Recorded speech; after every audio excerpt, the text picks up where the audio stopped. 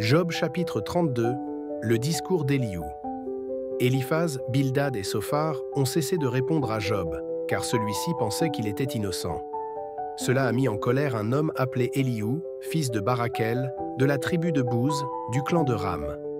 Il était en colère contre Job parce que celui-ci se trouvait plus juste que Dieu. Il était aussi en colère contre ses trois amis. En effet, ceux-ci n'avaient là pas su répondre à Job, et ainsi, ils avaient redonné tort à Dieu. Éliou a attendu avant de parler, parce que les autres étaient plus âgés que lui.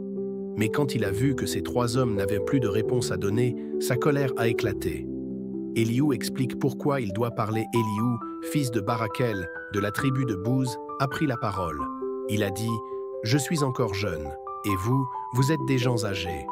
C'est pourquoi j'avais peur de vous présenter ce que je sais. Je me disais, c'est aux anciens de parler, c'est aux gens âgés d'enseigner la sagesse. » En fait, ce qui rend un homme intelligent, c'est l'esprit, le souffle du Tout-Puissant. Le nombre d'années ne donne pas la sagesse, la vieillesse ne fait pas reconnaître ce qui est juste. C'est pourquoi je vous demande de m'écouter, je vais vous présenter ce que je sais, moi aussi. Jusqu'ici, j'ai attendu la fin de vos discours, j'ouvrais l'oreille à vos idées, pendant que vous cherchiez vos mots. Je vous ai écouté très attentivement, et aucun de vous n'a vraiment répondu à Job, aucun n'a su critiquer ce qu'il disait. Ne dites donc pas, voilà la solution. C'est Dieu qui peut avoir raison contre lui, ce n'est pas nous. Ce n'est pas à moi que Job a parlé, et je ne veux pas lui répondre comme vous l'avez fait. Vous êtes abattu, vous n'avez plus rien à dire, les mots vous manquent. J'ai attendu. Mais puisque vous ne parlez plus, puisque vous avez arrêté de répondre, je vais prendre la parole à mon tour. Je vais présenter ce que je sais, moi aussi. J'ai beaucoup à dire, quelque chose au-dedans de moi m'inspire de parler. Cela bouillonne en moi comme du vin nouveau qui cherche à sortir et fait éclater les outres neuves. Laissez-moi parler, je respirerai mieux. J'ouvrirai la bouche et je répondrai. Je ne prendrai le parti de personne et je ne ferai de compliments à aucun de vous. D'ailleurs, je ne sais pas flatter les gens et si je le faisais, mon Créateur me ferait rapidement disparaître. Job chapitre 33. Éliou affirme que Dieu parle aux humains. Toi, Job, écoute ce que j'ai à te dire. Ouvre l'oreille à toutes mes paroles. Vois, j'ouvre la bouche, et les mots sont prêts à sortir. Je vais te parler avec sincérité, et je te dirai clairement ce que je sais. C'est l'Esprit de Dieu qui m'a fait, c'est le souffle du Tout-Puissant qui me donne la vie. Si tu peux, réponds-moi, résiste-moi, combats mes idées. Je suis un homme comme toi devant Dieu, j'ai été fait avec de l'argile, moi aussi. Tu n'as donc aucune raison de trembler devant moi. Ne pense pas non plus que je désire t'écraser de mon pouvoir. J'ai encore à l'oreille le son de ta voix quand tu disais et répétais « Moi, je suis pur et sans péché. Je suis vraiment innocent. Mais Dieu invente contre moi des reproches. Il me considère comme un ennemi. Il me met des chaînes aux pieds et il surveille tous mes pas. Je dois te dire ceci, Job. Là, tu n'as pas raison. En effet, Dieu est plus grand que les humains. Alors pourquoi lui faire des reproches parce qu'il ne répond pas aux questions que tu lui poses? Pourtant, Dieu parle de différentes manières, mais personne n'y fait attention. Il parle la nuit par des rêves, par des visions, quand un profond sommeil saisit les humains et qu'ils dorment sur leur lit. Il ouvre leurs oreilles, il les avertit une bonne fois pour toutes. Il veut détourner les humains de leur manière d'agir et les empêcher d'être orgueilleux. Ainsi, il préserve leur vie de la tombe, il les empêche de suivre le couloir qui conduit au monde des morts. Mais Dieu corrige aussi l'être humain par la maladie qui le garde couché. Alors il tremble de fièvre sans arrêt, il est dégoûté de la nourriture, il n'a plus d'appétit pour les bons plats, il est très maigre, on ne voit plus que ses os. Il a déjà un pied dans la tombe, sa vie est au pouvoir de ceux qui font mourir. Mais un ange se trouve peut-être près de ce malade, un intermédiaire de Dieu pris entre mille, qui lui rappelle son devoir. L'ange a pitié de lui et dit à Dieu « Évite-lui de descendre dans la tombe, j'ai trouvé le moyen de le délivrer. » Alors le malade retrouve des forces neuves, il revient à la période de sa jeunesse. Il prie Dieu qui l'écoute avec bonté, il se présente devant lui avec joie, parce que Dieu l'a sauvé. Il se met à chanter devant tout le monde en disant « J'étais coupable, je n'avais pas respecté les lois. Mais Dieu ne m'a pas puni comme je le méritais. Il m'a évité de descendre dans la tombe, je suis bien vivant et je vois la lumière. » Dieu accomplit tout cela pour les humains et il le fait souvent. Il veut ainsi arracher leur vie à la tombe et faire briller sur eux la lumière des vivants. Sois attentif, Job, écoute-moi bien. Tais-toi, j'ai encore à te parler. Si tu as quelque chose à dire, réponds-moi. Parle, car je voudrais te donner raison. Si tu n'as rien à dire, écoute-moi. Garde le silence, et je t'apprendrai la sagesse. Matthieu chapitre 26, versets 6 à 35.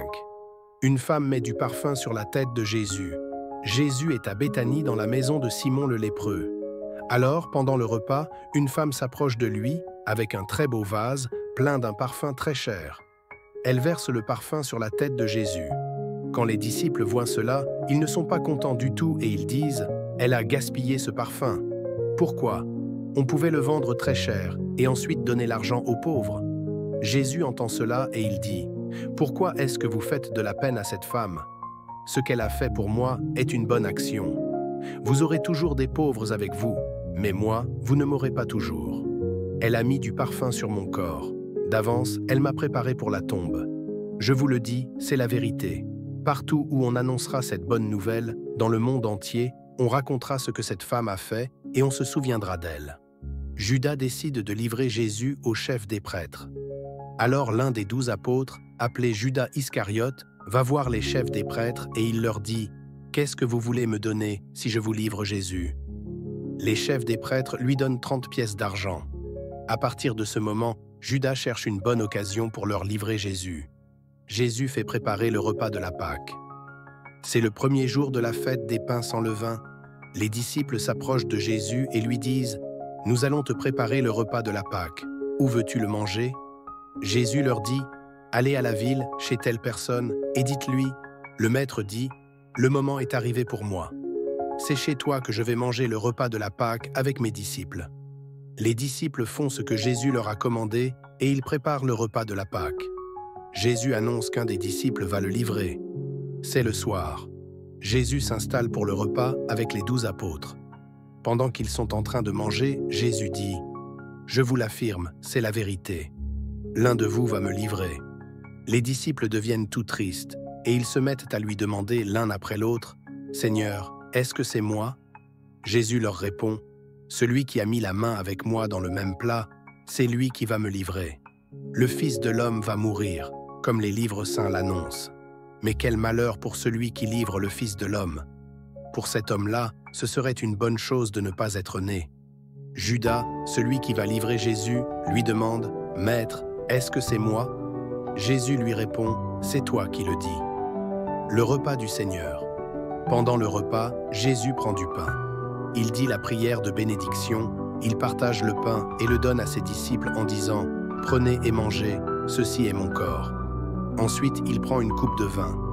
Il remercie Dieu et il donne la coupe à ses disciples en disant « Buvez-en tous. Oui, ceci est mon sang, le sang de l'alliance de Dieu. Il est versé pour un grand nombre de gens pour le pardon des péchés. Je vous le dis, je ne boirai plus de ce vin jusqu'au jour où je boirai le vin nouveau avec vous dans le royaume de mon Père. » Jésus annonce l'abandon de Pierre. Ils chantent les psaumes de la fête. Ensuite, ils vont au mont des Oliviers. Alors Jésus dit à ses disciples, « Cette nuit, vous allez tous m'abandonner. » En effet, dans les livres saints, on lit, « Je vais tuer le berger, et les moutons du troupeau partiront de tous les côtés. » Jésus ajoute, « Mais quand je me réveillerai de la mort, je vous attendrai en Galilée. » Pierre lui dit, « Tous les autres t'abandonneront peut-être, mais moi, je ne t'abandonnerai jamais. » Jésus lui répond, « Je te le dis, c'est la vérité. Cette nuit, avant que le coq chante, tu diras 3 fois que tu ne me connais pas. » Pierre lui dit, « Même si je dois mourir avec toi, je ne dirai jamais que je ne te connais pas. » Et tous les disciples disent la même chose.